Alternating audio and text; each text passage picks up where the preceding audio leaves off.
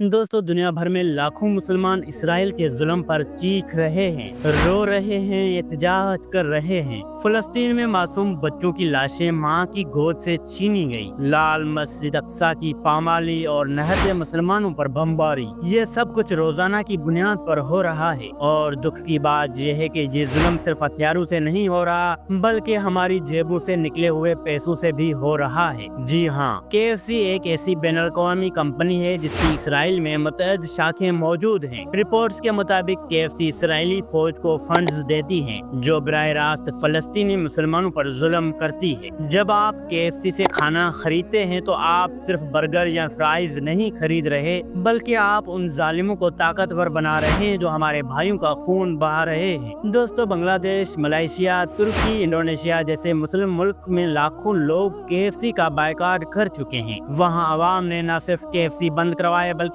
कई जगहों पर उनकी दुकानों पर एहतजाज और तोड़-फोड़ भी की गई। लोग सड़कों पर निकले, नारे लगाए, हम नहीं खाएंगे जालिमों के बर्गर, हम नहीं पिएंगे मजलूमों के खून से बनी कोल्ड ड्रिंक। ये सिर्फ एक जज्बाती एहतजाज नहीं बल्कि ईमान की आवाज है। ये एक खामोश जंग है जो हम अपने फैसलों, अपनी खरीदारी और अपनी नीयत से लड़ सकते हैं। दोस्तों, एक मुसलमान के लिए ये मुमकिन ही नहीं कि वो जालिम का साथ दे। जब एक बर्गर किसी मजलूम की शहादत का सबब बन जाए तो वो बर्गर जहर से भी बदतर है। हमें सोचना होगा हमारा हर रुपया कहाँ जा रहा है, हम जिन कंपनियों से खरीद रहे हैं वो किसके मफाद में काम कर रही हैं। अगर KFC इसराइल की मदद कर रहा है तो हमें 2 कदम पीछे हटकर कहना होगा, हम नहीं खाएंगे, ना पिलाएंगे, ना तुम्हें मजबूत बनाएंगे। दोस्तों, ये वक्त है उम्मत मुसलमान के जागने का। अगर हम सब मिलकर KFC और दीगर इसराइली हमायती मंसूबात का बायकॉट करें तो हम दुश्मन को माशी तौर पर कमजोर कर सकते हैं। याद रखें, ये सिर्फ खाने की बात नहीं, ये ईमान, गैरत और मजलूमों के साथ खड़े होने का मामला है। रसूल अकरम सल्लल्लाहु अलैहि वसल्लम ने फरमाया, जब तुम किसी जुल्म को देखो तो उसे अपने हाथ से रोको, अगर हाथ से ना रोक सको तो ज़ुबान से रोको, और अगर ज़ुबान से ना रोक सको तो दिल से बुरा जानो, और ये ईमान का सबसे कमजोर दर्जा है। दोस्तों, ये हदीस हमें बहुत बड़ी जिम्मेदारी का एहसास दिलाती है। फलस्तीन में जो कुछ हो रहा है वो जुल्म है, और अगर हम उसी तरह देखकर खामोश रहें या ऐसे इदारों से चीजें खरीदते रहें जो इसराइल की मदद करती हैं तो हम इस जुल्म के हिस्सेदार बन जाते हैं। हमारे पास ना बंदूक है, ना जंगी ताकत, लेकिन हमारे पास एक हथियार जरूर है, हमारा बायकॉट। अगर हम KFC जैसे इदारों से चीजें खरीदना बंद कर दें तो ये उनके लिए एक माली नुकसान होगा और ये हमारी तरफ से जुल्म के खिलाफ एक पुरअमन एहतजाज होगा। क्या हम इतने बेहस हो चुके हैं कि हमें बर्गर और कोल्ड ड्रिंक्स तो अजीज हैं, लेकिन हमारे मुसलमान भाइयों का खून हमें नजर नहीं आता?